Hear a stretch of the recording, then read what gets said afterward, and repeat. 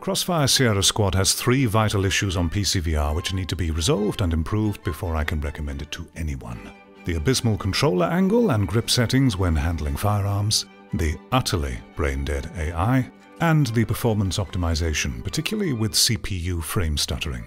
The issue I mentioned first is the worst. I'm using a Valve Index for reference, but this issue has been reported by users of other headsets too. When gripping many guns, your controllers will often not align anywhere near the hand location in-game, and for some weapons this goes to extremes of needing to contort your wrists very uncomfortably for prolonged periods. Unacceptable, and a huge regression in motion control implementation for VR. These mistakes are the kind you'd expect to see from 2016 VR first attempts, and reveal the devs' lack of research and awareness for how to do it properly. Inexcusable for a company with Sony's backing. But credit to the devs where it's due, they have already attempted to hotfix this issue very soon after release, when many people complained. But after testing some more, the alignment is a little better, but issues still largely remain, especially the wrist contortion. Developers, please play Hot Dogs, Horseshoes and Hand Grenades, Contractors, Pavlov and Vertigo 2 for reference on how to properly implement weapon handling in VR and follow their lead. The second issue speaks for itself. Brain dead. AI behavior systems developed decades ago which worked smoothly on exponentially less powerful hardware could completely wipe the floor with the supposed AI we see in Crossfire. There is no excuse for it with the tech and experience we have today. The industry needs to slap itself in the face, then take a long hard look in the mirror and ask itself why the ability to program good AI behavior is regressing so badly, among many other quality regressions in the programming world. And no, harder difficulties with quicker deaths do not improve the situation. The AI dying faster on realism mode only gives it less chance to show how bad it is. It is not an excuse. And the third issue, the devs seem aware. At the very least, please find a way to lessen the CPU stutters. If those are dealt with, we're left with a decent arcade shooter that has a surprising amount of charm, and the kind of AA production standards we don't often get to see in VR, which makes it feel good to play. This is in spite of features like having no manual reload, a deal breaker for many users I'm sure. Reloading is all handled with a button press and canned animation just like a flat-screen game. I'm surprised that I didn't mind it in this case. The animations in question are visually appealing and add a sense of weight and force to actions which near all VR games lack up to now. Compare the shotgun loading as an example. See how the gun is pushed with every shell loaded to emphasize the force the user is applying upon the weapon. It looks and feels satisfying. Nothing feels and looks hollow. The only other VR game I've ever seen do this is Compound, although the reload animations there are still slightly canned, so I don't know. Anyway, I digress. I can accept the lack of manual reloads in Crossfire as an exception, something different or novel, a rarity, but I certainly don't want it becoming the norm. Manual handling with motion controls is part of what makes VR special, and can be done very well if the programmers have the skill. When we set aside all of these caveats, Crossfire's gunplay feels fundamentally satisfying in an over-the-top arcadey way, and has a very decent amount of content to sink your teeth into for the price. And I find I like it much more than expected.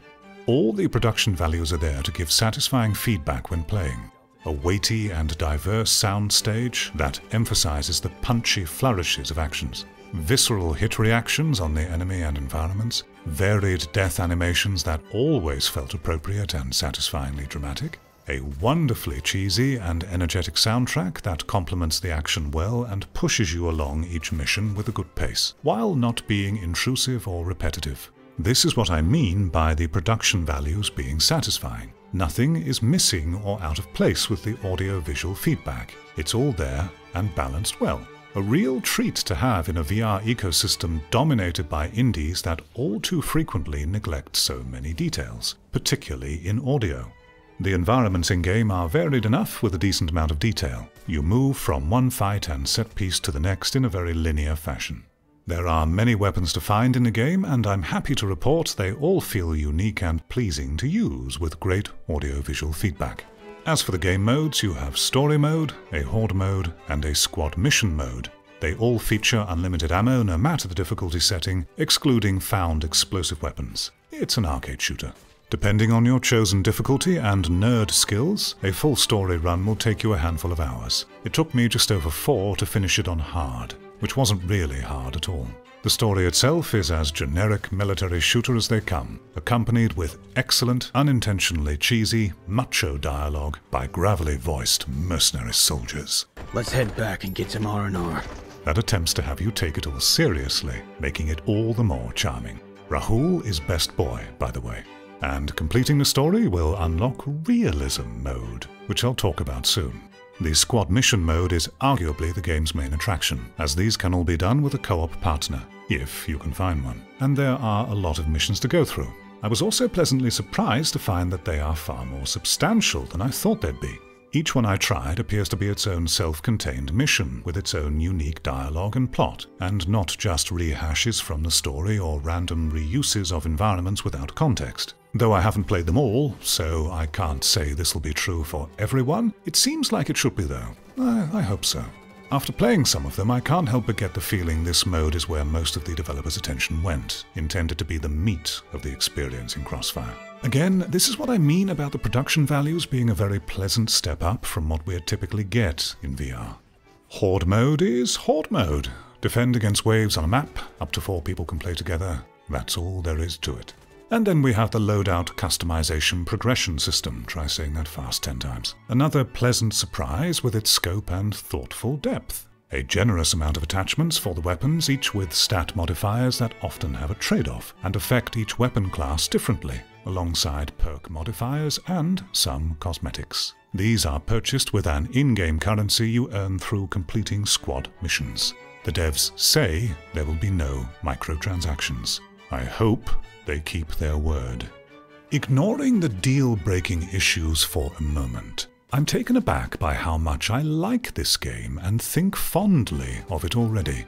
It's unashamedly gamey in design while also being charming for wanting you to take it seriously as a military shooter at the same time.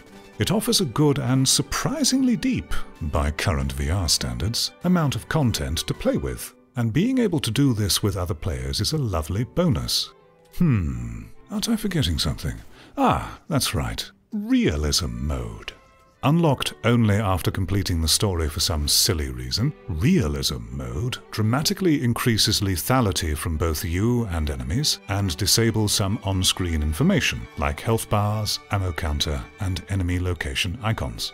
It definitely changes the pace a lot, and brings a more serious tactical feel to gameplay, but is let down by the easily exploited or frustratingly cheap brain-dead AI that will track you through cover and insta-snapshot you occasionally. If they ever improve the AI to actually have some interesting eye, Realism mode could be very engaging, especially in co-op. That's all I have for you. Really caught off guard by how positive I feel about this game. Though I'm equally wary of the devs' suspicious and dubious choice of changing the game's development state to early access only days before release. I can't help but feel they scrambled to do this to try and justify a poor, untested release state, and they shouldn't be let off the hook for it. I'd suggest holding off a purchase on PC until we get some meaningful improvements. And if we don't, well, that would be a great pity for us and the team, as there is genuinely an enjoyable game here. So, now that we are done with the review, I would like to formally submit my voice audition to join the gravel-voiced commandos if there is a sequel or additional content or something. So, in this scene, I've just finished the mission and discovered who the main villain might be, and I want to now kill him. So, it was Boris all along. Copy that. By the time I'm done with him, that worm is gonna wish he stayed buried with the other scum we took down. Come on, Theodore. Let's take a shower. Thank you. In this scene, the captain and his squad decide to go against the wishes of Command to stop the bad thing happening. Command, come in. Damn it. Those idiots have no idea the stakes at play. Patrick, we've been through a lot together, but this isn't over yet. I need you with me, but if you want to walk away, I understand. I'm with you to the end, Captain. But first, we're gonna need a shower. Roger that. Thank you. And finally, this scene is a standard reporting of mission completion to command as a general soldier. Hostiles eliminated. No sign of any more. Resuming recon operations. Archimedes. Yes, sir? You see that shower over there? Yes, sir. Let's go. Yes, sir. Thank you very much. As you can see, I'm a very, very diverse character with lots to offer. I'll be available whenever you want, so don't hesitate to contact me. I'll be here. Thank you.